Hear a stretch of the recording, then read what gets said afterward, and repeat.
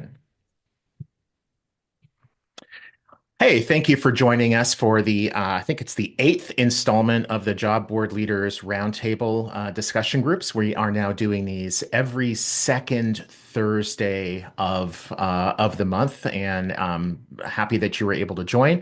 I'm Stephen Rothberg. I'm the founder of College Recruiter job search site, and the special shout out to Matt Farah of nurses.co.uk, whose crazy idea it was to get this started last summer, and we've been doing it most months. I think we skipped one. I think it was in November, and then kind of got back on track.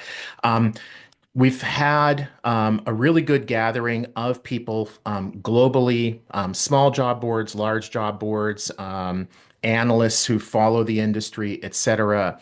And the conversations have all been really friendly, collaborative, people giving advice, people asking questions, whatever.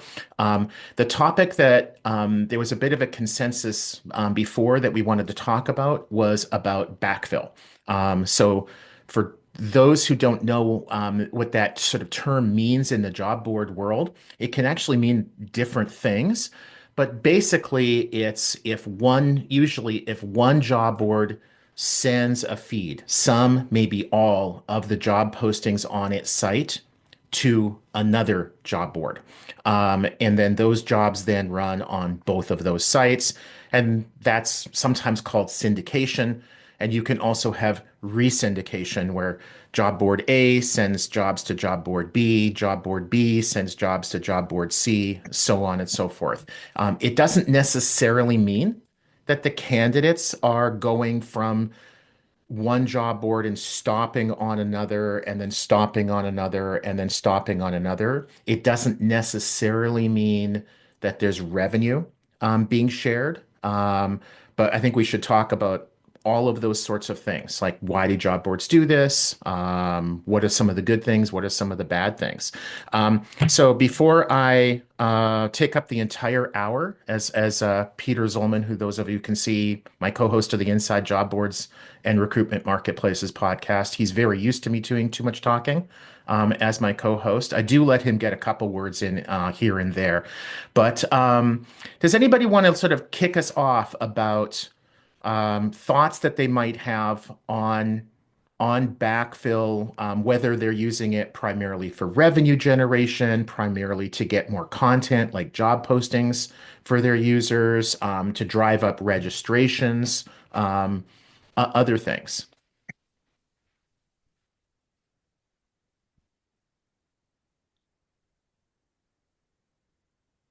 All right. Well, I'll start. Not a problem. I'll start off and just sort of give folks a little bit of an idea of how we're doing it at College Recruiters. So, for those who don't know, we're early careers. We target candidates 0 to 5 years of experience. Um, we're global. We operate in dozens of countries. We're heavily programmatic. Most of the employers that advertise with us, either directly or indirectly through an advertising agency, staffing agency, other job board, whatever, we get a feed of jobs from them. Usually it's an XML that we then import. We also get feeds from other job boards. So we receive backfill feeds. And we partner with other job boards where we send feeds to them, and we pay them on a cost per click basis, a cost per application basis. We do have some job boards that actually their primary incentive is more content. And so for some of those, we actually don't pay them. What they want from us is content, not revenue. That's a nice deal to have for a job board. And no, I'm not going to tell you the names and email addresses of the people that we work with.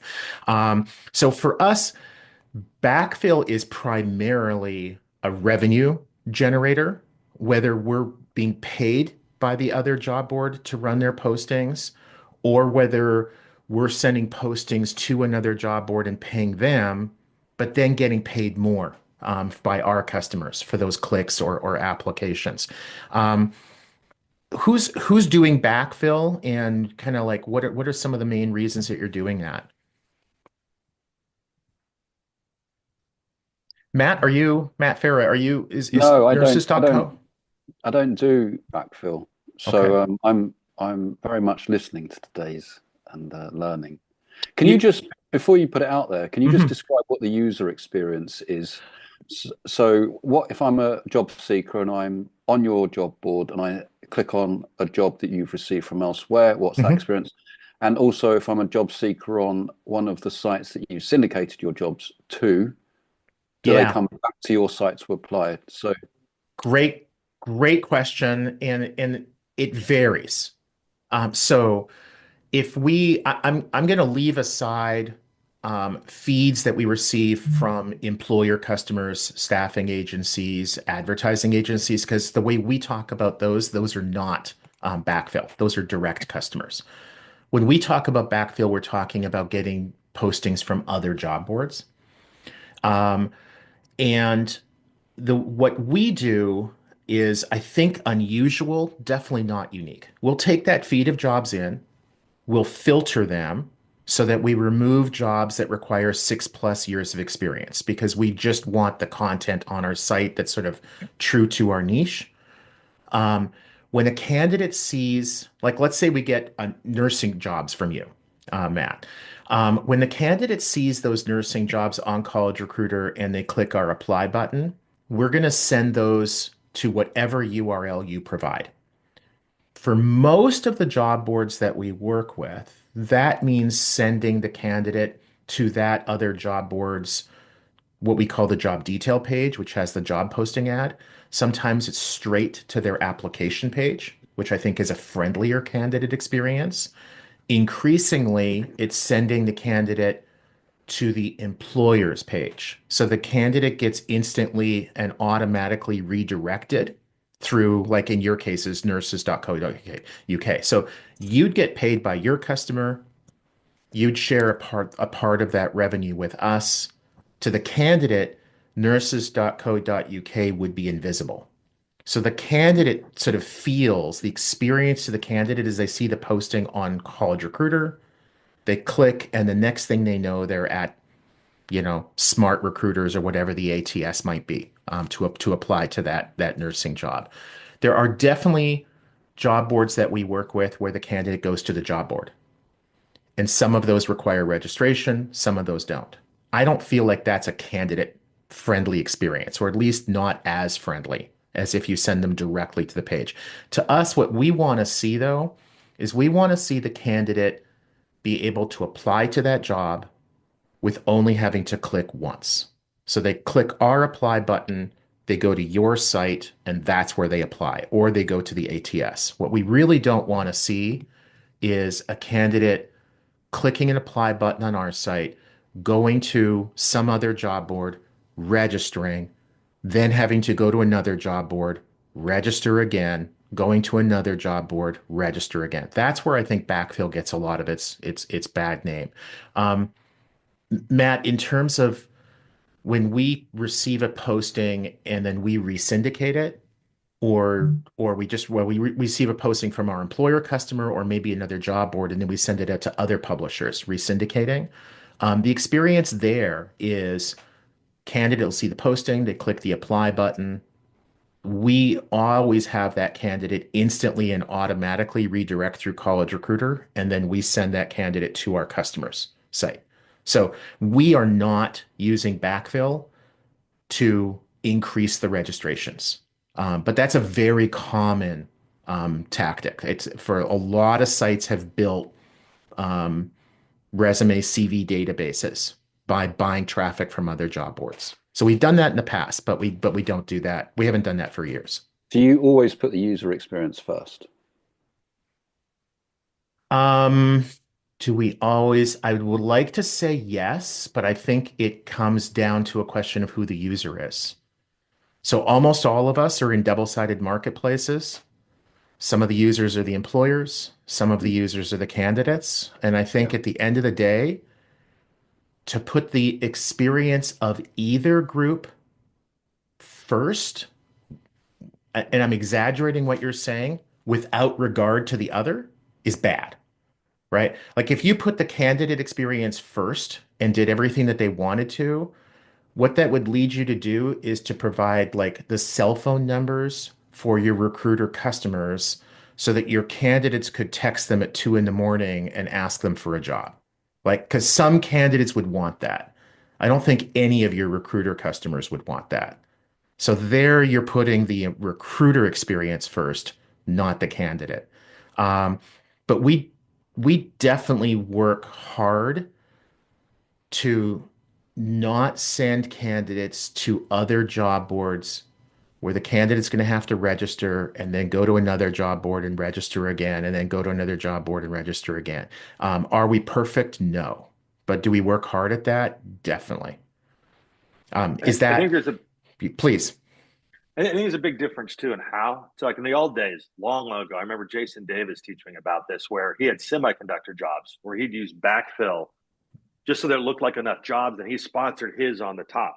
And the idea is because this is how I'm going to start my own board called Just Jobs and TA, which is for recruitment, marketing, and people analytics because it's so niche and there's so few people. If I launched it tomorrow, no one's buying that. No one's setting it up. There's no traffic. If I backfill it, I can show the jobs. But the first half, I'm trying to talk to them. I want them to register at my site because I'm going to personally vet them because there's so few of them. But because I make my money headhunting on that board, the only reason I'd even charge was just to make people take it seriously, maybe pay for some, so I'm not losing money if I'm not. But that's not the same as I'm trying to build a board where I'm acquiring people for $1 and then selling it for 4 to somebody else. The Hmm. candidate experience depends on how you make money and what you're trying to do. I'm trying to look bigger than I am, so there's a reason for people to come to the site. But that's not this. I'm not trying to become the next Indeed or ZipRecruiter or College Recruiter or something like that. So a lot of it's what you want, how you're charging. Yeah. I totally agree, Jim. And I think that spoke well to sort of the different motivations for backfill. Where I hear a lot of sites doing backfill is when they're newer. And I think the job board industry to an extent is like a chicken and egg, which comes first? Do you have a lot of jobs, which attract a lot of candidates? Do you have a lot of candidates, which attract a lot of jobs? And I think the answer to that is yes. You need both. And it's really hard. A lot of like outsiders that have come into our industry and are shocked at how hard it is to get traffic, to get repeat traffic, to get postings, to get employers to post again. They don't grasp that need to balance. Um, Yep. I think a huge mistake that a lot of job boards make early on is offering free postings to their customers to try to prove their value. And I think the problem with that approach is then you're telling those customers that your value is what you're charging them, which is zero. So when you go back to them and say, "Hey, now I want $300 for a posting or $1 per click," they've got in their mind that you have no value. So I think taking backfill is a better strategy because then those employers, most of them don't even know that their postings are on your site. And if they do, they understand that you're getting a share of revenue from somebody else. Um, are there any Right. like uh, the Well, look at what Indeed did, because Indeed did the yeah. opposite of that, but over time. So they didn't start off, they start off as the referral, stealing traffic. They were building up their SEO as they went into different countries. So not here in the US as much, but they built it up their SEO and just got lucky at the right time. And we're focused on SEO strategy. Everybody else was buying traffic. When they go to other countries, they'll just buy resume CV databases and they're ready to go. And then, oh, here's some free stuff. And then once you've gotten enough traffic and you're hooked, like they did in the Philippines, they call up and go, we can't give you any more free traffic. Same stuff they pulled with staffing firms. Yeah. So if you're large enough, you can afford to do that. It's just a loss leader. It's like a cheap TV on Black Friday. Big difference between that and somebody's trying to start out. One thing that's actually pretty important. I don't know if you guys all seen this. So I'm Jim Durbin. I was on the inside. I've been a director of TA. I'm in recruitment marketing for the most part. I write for Peter at the AIM Group.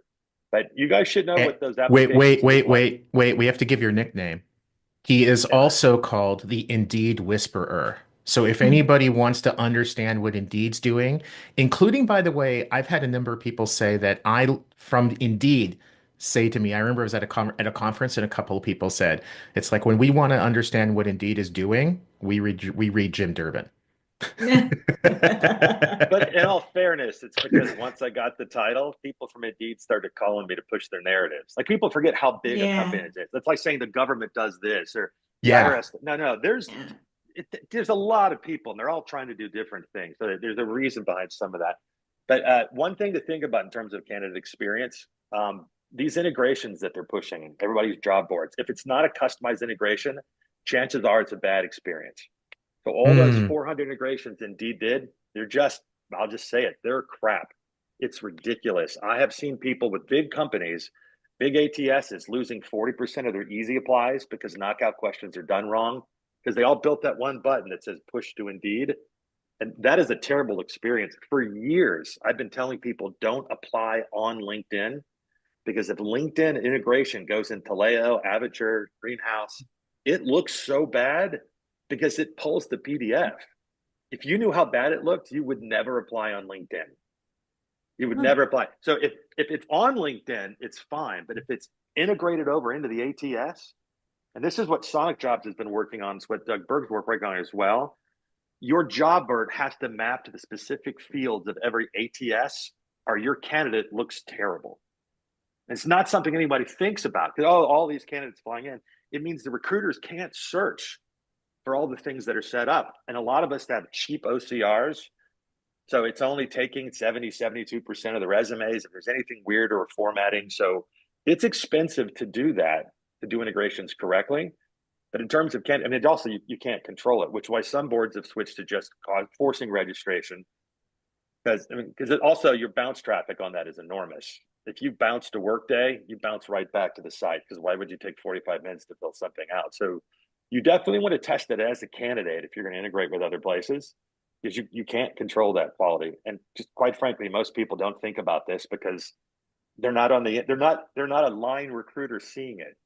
Most directors of TA have no clue this is a problem because it's not their daily job. So just keep that in mind in terms of candidate experience. It's the experience of the recruiter and the candidate going through it, not what we see in our systems. And applying, especially an easy apply, doesn't mean that anybody was paying attention. So I mean that's the biggest concern with quality right now. Jim, years ago, and I bet you it's been at least 10 years, maybe it's been 15. We had backfill from Indeed on our site where candidate would come, they'd run a search, they'd see the way we had it set up is they would see kind of jobs that were posted directly to College Recruiter first. And then underneath that, I think it said something like jobs from Indeed, jobs by Indeed, something like that. And it was Right. basically an API. And so in real time, if we had a candidate coming and looking for a retail cashier position in Amarillo, Texas, we would show the maybe one job that we had that matched with that, and then, 300 from Right. Indeed. Is do you know, do they still do that? Because that's a form of backfill. They do it, but they stopped paying. Now they're not paying you for it. They were paying you guys for it for a long time. Now they're not paying. Okay. Okay. So Well, so we knew they stopped to job boards a long time ago. they stopped Uh, they stopped importing jobs. They stopped receiving jobs yeah. from other job boards. But Yeah. They're they Oh, trusted. right, right, They're right, the right, right. trusted media network TMN yeah, is basically sending out to other boards through those syndications, yeah. and And it's we're indeed grabbing some of your We're revenue. Yeah. part right. of And it. we're part of that. So we're part of the Indeed Trusted Media Network. They send us postings. We can be pretty specific about the postings we take. We can be pretty selective about the postings we run. Um, and it's the CPCs tend to be higher than from a lot of the other aggregators. But the candidates go to Indeed to register. They never go to the ATS anymore. And so that's a bit of a negative to that. But job quantity, job quality, revenue, et cetera, is good. Is anybody using that Indeed backfill, that API where they're not getting paid for the traffic? Okay. Um, anybody, Matt, if it's okay, if I can pick on you, when you said that nurses.co.uk that you're not doing backfill, Mm. is that in either direction? You're not running jobs from other sites on yours, and you're also not buying traffic from other sites? We've just literally just started back buying traffic, Okay. literally this week. And that was because I feel that our SEO marketing strategy has been really, really good, really strong, and we've probably taken it as far as we can take it. We're not going to get more traffic by doing more and more and more content. We'll continue doing content, but I'm not going to build on that. So I want to deliver more applications for our customers. So I'm back dealing with some hand selected aggregators. I think that the challenge there for me is measuring the quality of that. Hmm. Um, that's that's a discussion for another day, is how you measure quality coming from those sources. But no, I don't put backfill onto our site. And I chatted to Appcast last year and Recruitix about doing that. They just didn't actually. I mean, it went no further. They just didn't really have the volume. They didn't have the inventory at that Hmm. point to make it really worthwhile for me to even bother spending any more time talking about it. And you know what it's like running a small business. You've got to prioritize where you spend your time. And I got that far and thanked them for their time and moved on to the other thing on my long list of things to do. Yeah, I should say that a really good place to have those sorts of conversations, and is Job Boards Connect, which is basically in Mm. your backyard in what, 2 months, Hmm. in London, um, Yeah, and other conferences like RecBuzz, TA Tech. All of these are really good if for people who want to have those conversations face to for face, sure. right? Yeah. Whether it's with an aggregator, whether it's with a programmatic company, whatever. That's where a lot of this stuff gets done. Um, but so you're not so if Appcast or some other provider were to come to you, Matt, and Mm. say, um, we have 12,000 nursing jobs in the UK, and we're going to pay you £1 a click. Would that I'd, be of interest to you? I'd look at it. Yeah, it would need to be. What I'd be interested in are those employers that we're not currently dealing with.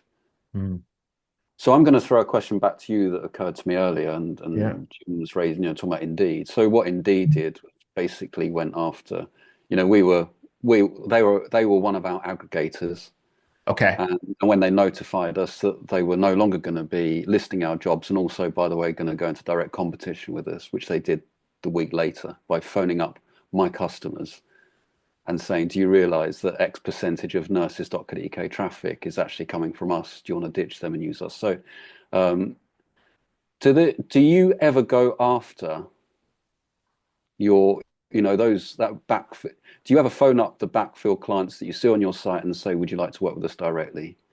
Is that a bad move? Is that how?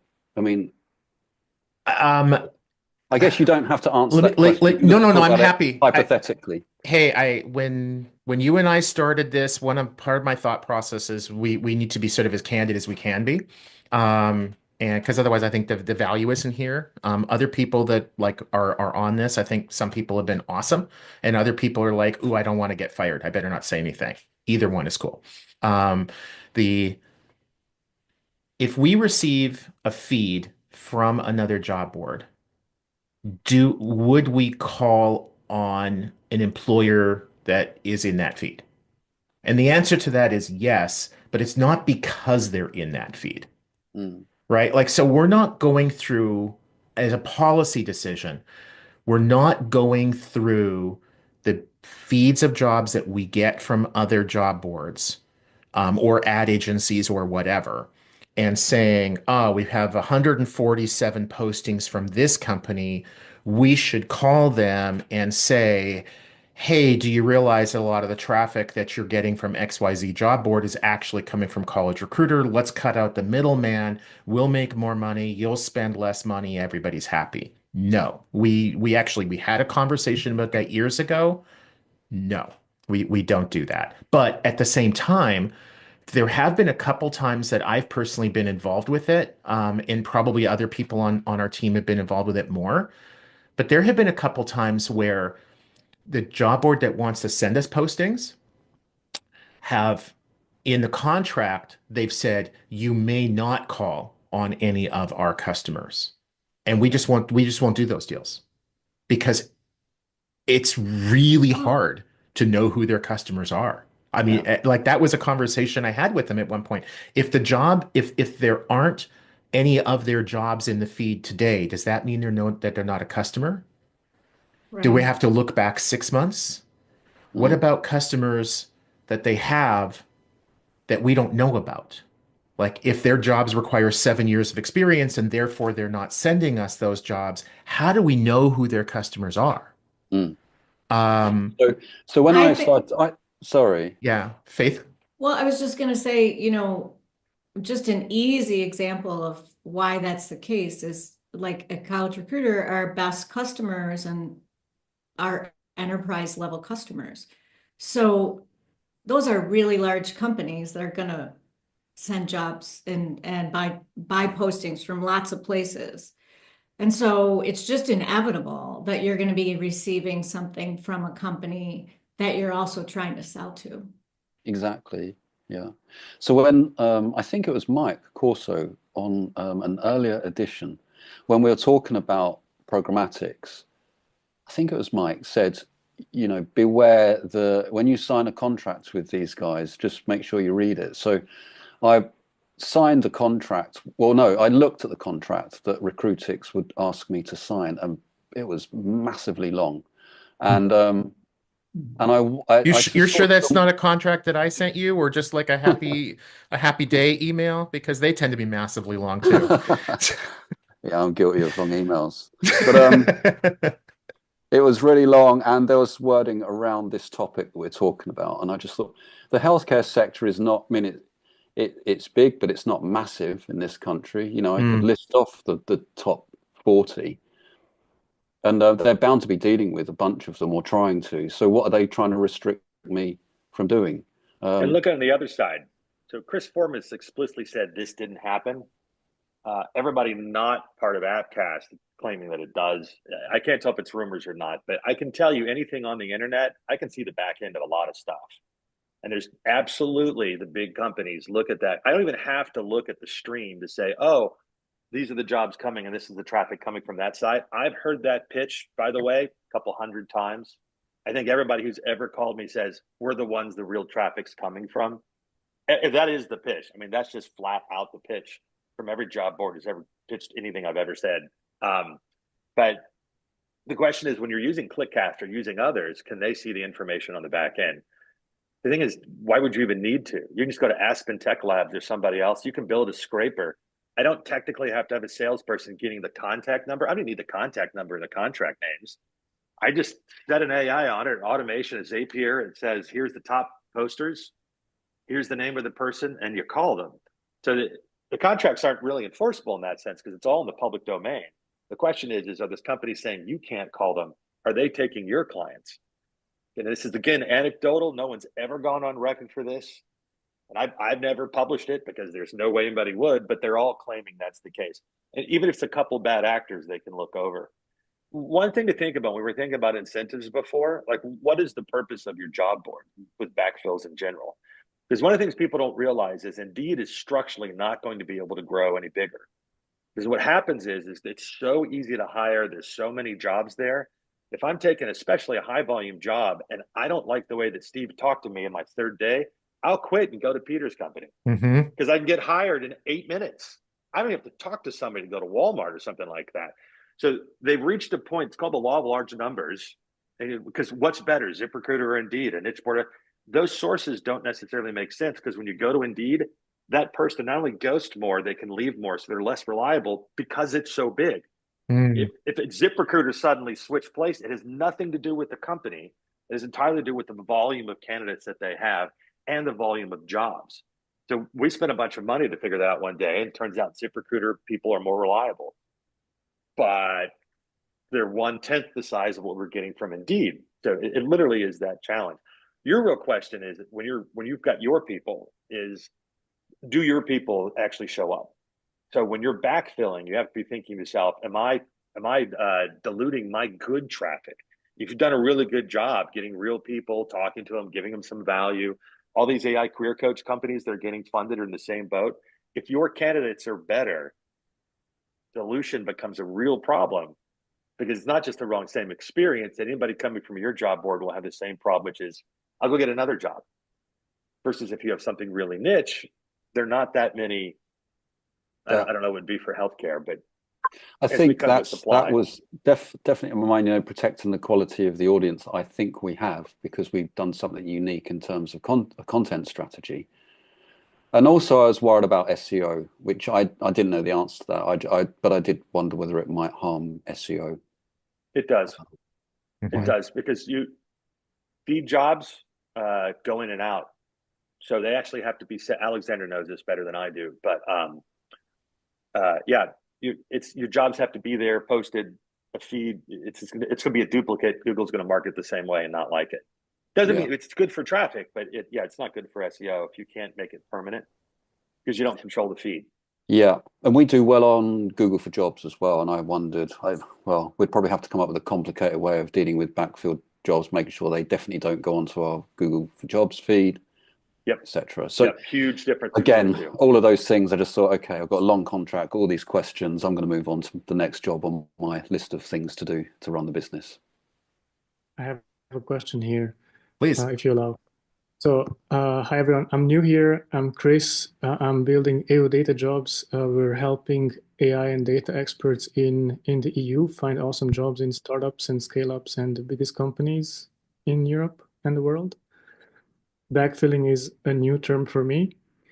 I was wondering how or is there a way to keep consistent with employer branding between backfill jobs and paid job posts? Because that would make it interesting for us. We want to keep the job board a select club of high quality jobs with genuine good companies, no matter if they're startups or scale ups. But we really want those CVs to go in the right places. Yeah, great question, Chris, and welcome. So do you want the jobs that are posted directly to your site to essentially look the same as the jobs that you receive by backfill? Like from the candidate perspective, do you want them to be able to differentiate, or do you want them to have no idea whether those jobs are coming to you by backfill or directly? So at this point, we're setting the paid jobs on top of our search, and whenever they match the keywords, they are suggested first. But what we want to do is be consistent in the trustworthiness of the applicant experience, and so that they know even if it's a backfill job, the company is genuine, it exists, and the CV is in the right place. We don't want them to go into some sort of shady recruiter who then proposes their CV someplace else or so. And since I understood backfill is a very technical integration, at volume, I don't know how I would maintain quality with it, and that's why I'm considering that. That's my skepticism for adopting it right now. Can you remove my doubts? No. It's but before I give my thoughts, I've been speaking too much. Anybody have any thoughts about sort of ensuring that the jobs that you're receiving are real, like real jobs, real companies? I guess it's a hard one, isn't it? If you can't be sure of that yourself. I mean, it can be done. I think it takes more time than people realize. You have to dig in, research, validate, verify, go in and check it. Things that most people don't want to do. They just want to hand it off to the developer, call an integration, and move on to run the rest of the business. Right. If you're willing to take care, it's the same thing as the integration piece earlier. If you're willing to do it, the answer is yes. I mean, that's literally what most of the programmatic agencies do. They pull your feed or they scrape your jobs. They create an entirely new feed to control the look and feel of it. So the answer is yeah. It's actually not that difficult. Getting it correct is the hard part. It's not the software build, it's verifying that data. individually. That usually, I've only so far seen individuals do it. I tend to do that a lot of it myself, and it is a pain in the ass. But it shouldn't be that long. I mean, we should be able to build an agent that digs in and does most of it. Um, I mean, basically, you could do if the agent does too well, that's a bad sign. I mean, there's lots of ways to skin that. It's going to take some detailed work, and you're going to have to know what's going on in the back end, though. That's the hard part. You can't just build it; you have to test it. Yeah. And I Every see, single place you have to test it. yeah, I think there's, sorry, Stephen. please, Ben, go ahead. I think like things I've seen as well is you can build a library of brands that you would want to be appearing on your site, and then query the feeds that you're receiving against those, and then just pull those listings out. You can use a source of truth like LinkedIn. So any company name you get to appearing in the feed, then use AI and all the wizardry that goes on with it to see if that company exists within LinkedIn, and then use it as a source of truth. Like there's shortcuts to everything Jim's talking about, but at the end of the day, it's working with partners who, when you say to them, I want a list of just direct employers appearing when I take a backfill from you, you know that they're doing their work as well to give you that list.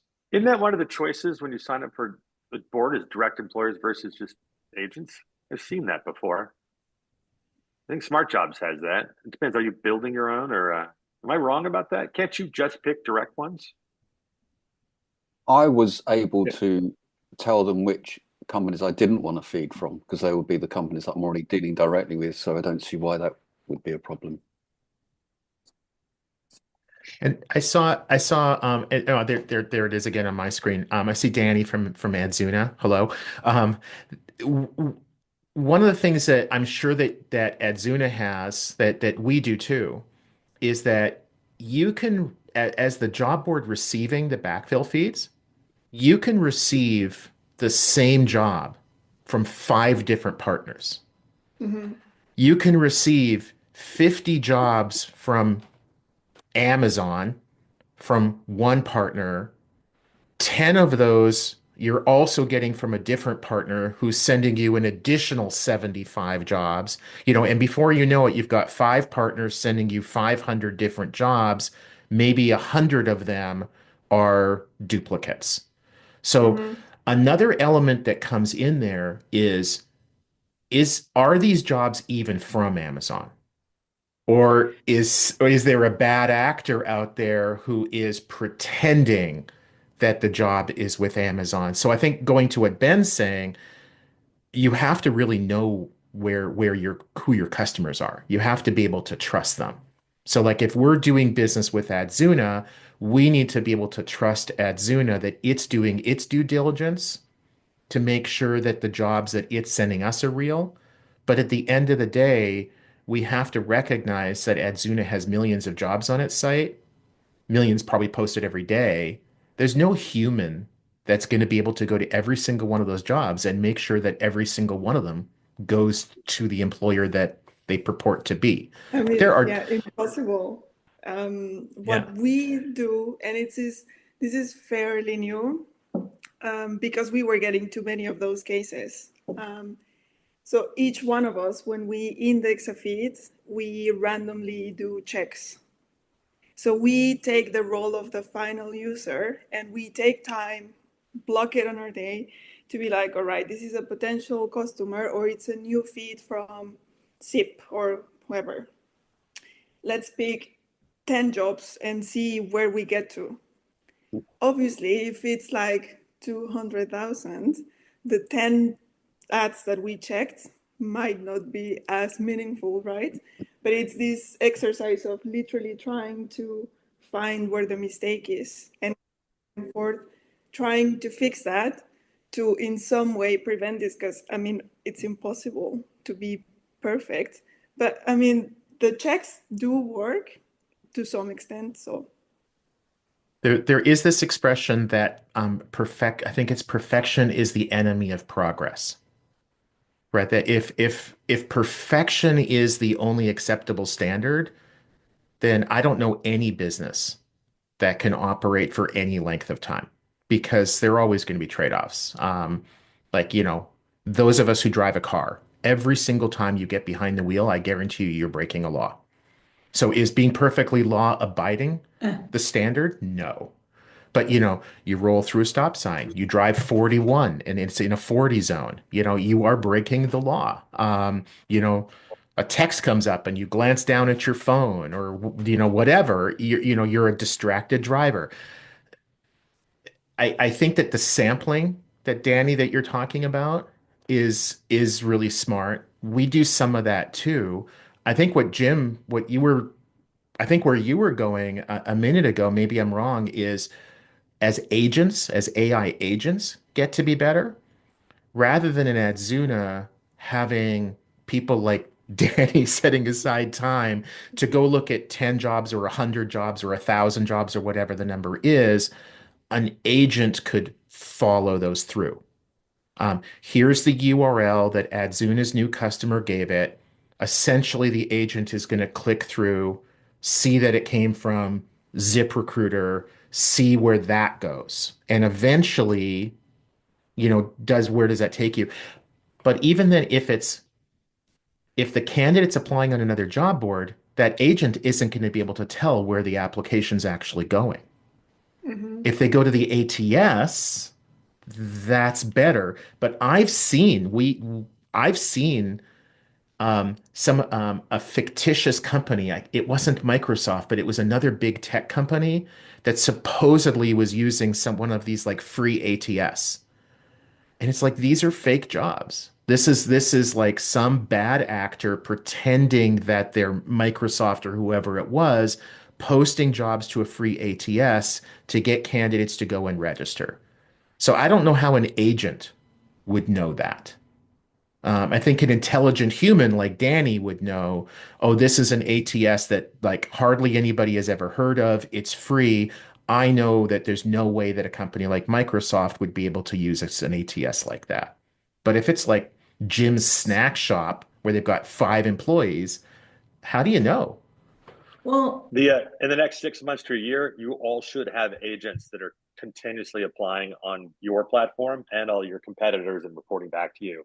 Solving though is not there yet. They're capable of being built. We haven't figured them all out, but acting autonomously and applying, they can even fake being an avatar and have interviews. I mean, it really is advancing fast, which will be great because we'll be able to test for things breaking, and you'll know before one of your clients calls and starts yelling at you or before.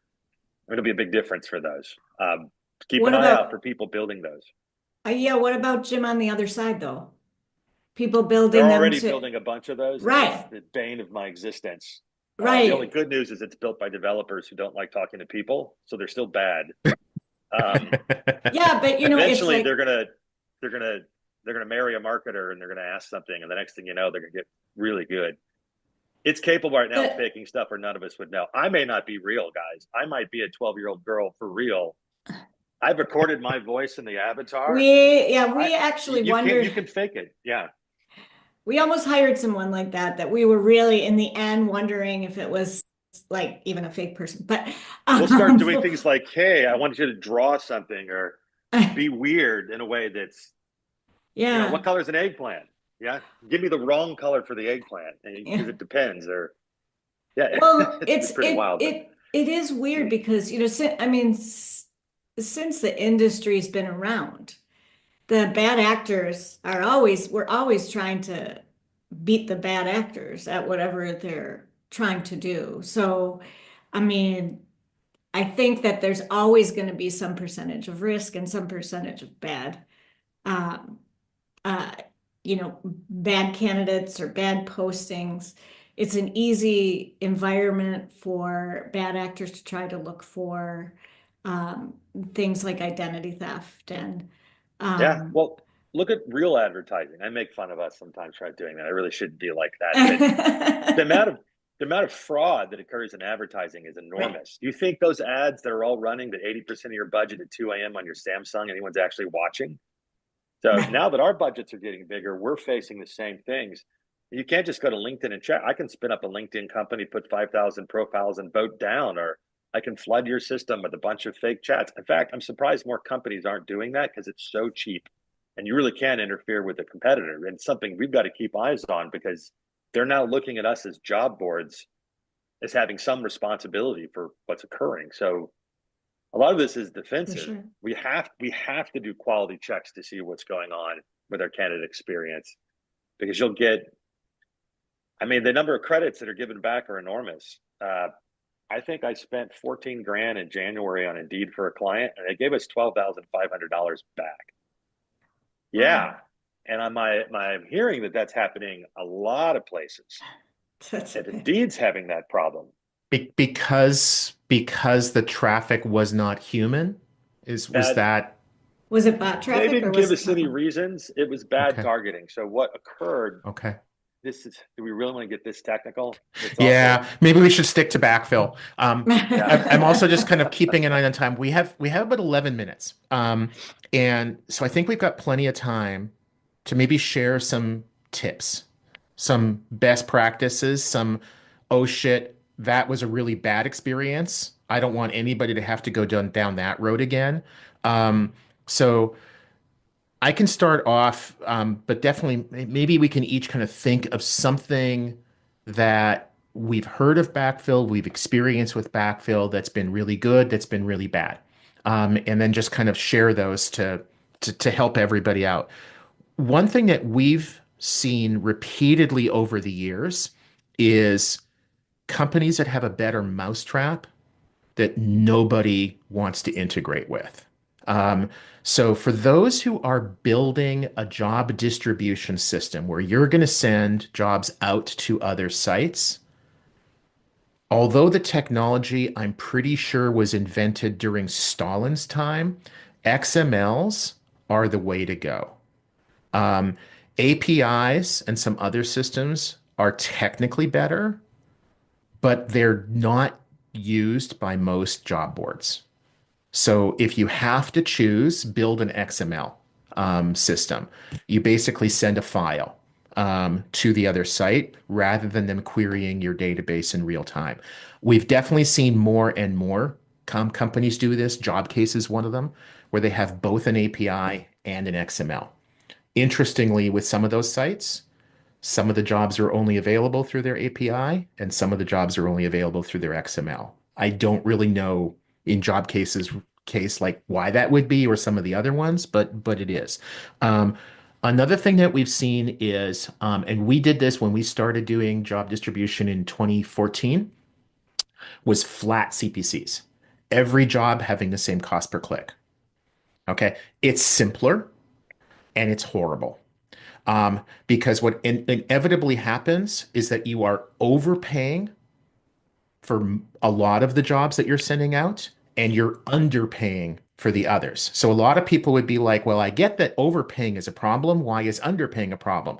Underpaying is a problem because it's a competitive marketplace and you won't get any traffic. So if I'm sending the same job to Danny as Sylvie is, and I'm paying Danny 50 cents and Sylvie's paying 51 cents, I guarantee you Adzuna is going to run Sylvie's ad, and it should, because Sylvie is paying them more. Now, if Sylvie's budget runs out, then Adzuna will probably switch over to the next highest paid version of the same job. And so then our job will start to run. And that could happen in minutes, hours, days, never. So flat CPCs, if you have a choice, don't. You want to use what we call job level bidding. Every job can have a different CPC. Every job can have a different cost per application. And then finally, and I definitely, please, I want people to chime in with their thoughts. The other thing is, more often is better. The more often you can import a feed, the more often you can export a feed, the better off you are, because inevitably some of the jobs are going to be inactive. And the more that that feed gets updated, the fewer inactive jobs there will be. And that's a huge thing for candidate experience. It also means that you're going to be paying for traffic to jobs that you don't actually want to buy traffic for anymore. If you only update your feed once a day, there's a good chance that you're going to have jobs that are you've met your employer's budgets. And so you're just going to be wasting money. Um, if you are importing a feed only once a day, there's a good chance that when you send that click to the other job board, that you won't get paid for it because they aren't paying for it. anymore. So you want to do it as often as possible. We just rebuilt a few months ago. Faith, what was it? Maybe October, November when we completely rebuilt our job import system. And so we can import like Yeah. literally millions of jobs an hour. Yeah. And that because we were finding is that some of our partners we were importing once a day, some were every 4 hours, some were every hour, but there really wasn't any advantage to importing less often, other than essentially saving on the cost of electricity. Thank you to our friends at AWS because they sell a lot of electricity. Yeah. Anybody have any other suggestions? Faith, it looks like you have.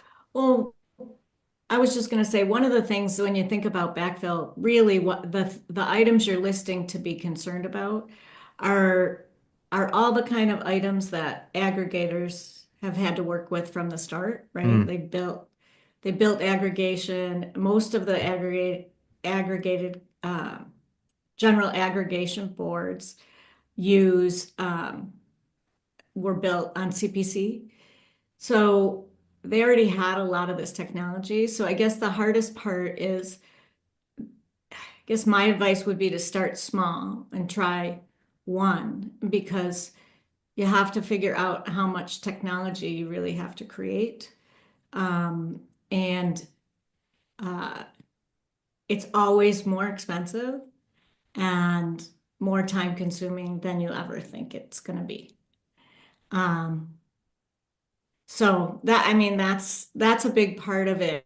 You know, there's such a breadth of job boards and what kind of sophistication they have. And so it's really hard to get to the point where you can do all of this through So you're saying automation. this is not something you can just dip your toe into and get it It started and then go back to your job. This has to be a business strategy. This is it something you has to go be a all strategic, in for. yeah, definitely, Matt. It has to be a strategic decision, and you need to have a plan and think about how you're going to implement it. Mm. And of course, you look for the low-hanging fruit first. You try to think about what are the first steps you can take that aren't, that do put your toe in it. So you've got to balance that. But yeah, you definitely really need to consider the pros and the cons to it, and um, just what's it going to cost you. Mm. So Faith, That's really interesting because Stephen, we were talking yeah. just this morning about the difference between business strategy and business tactics. it's When huge. when things were going, I mean, they were getting particularly difficult for us as a business last autumn, and that's probably what made me call Recruitix and Appcast.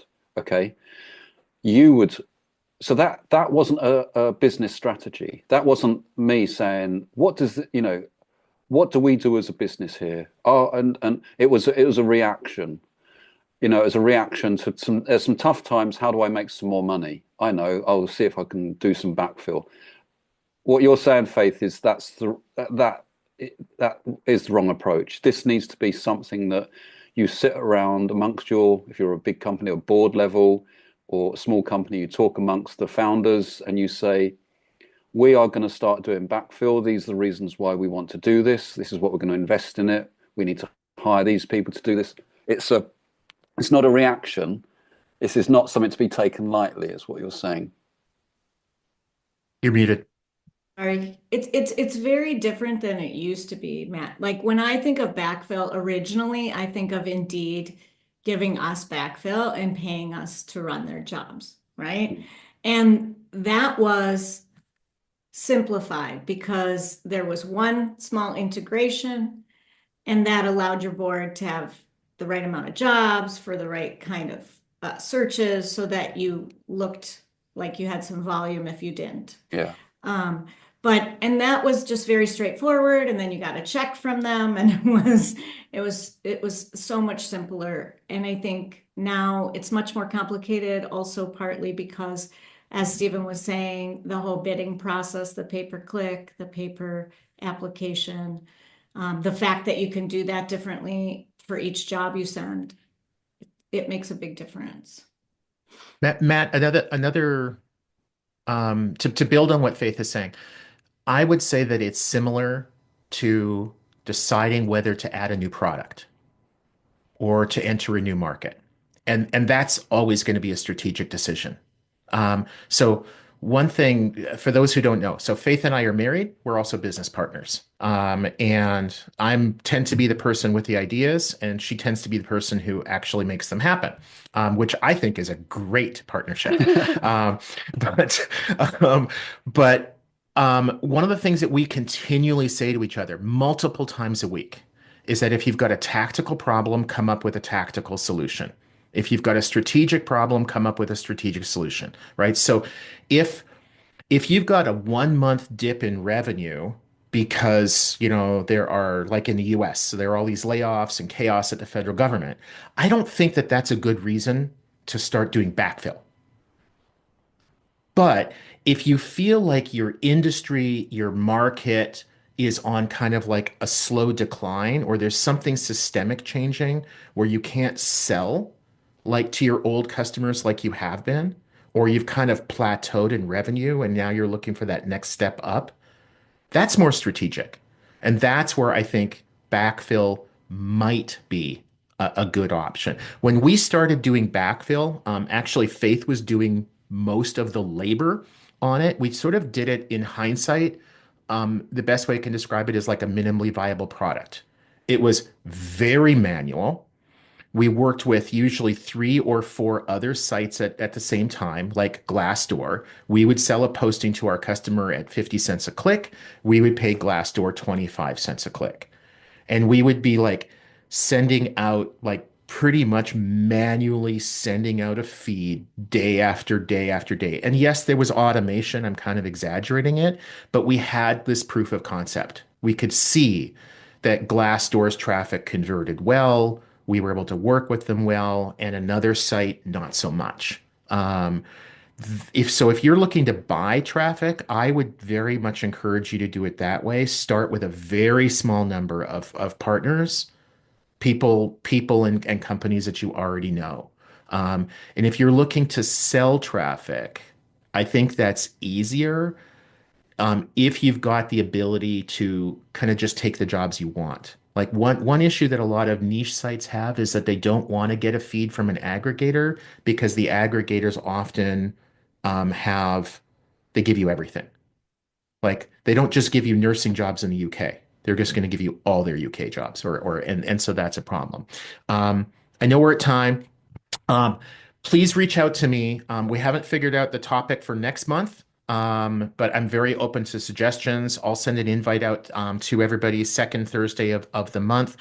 Thanks again to the folks from Job Boards Connect for being a sponsor.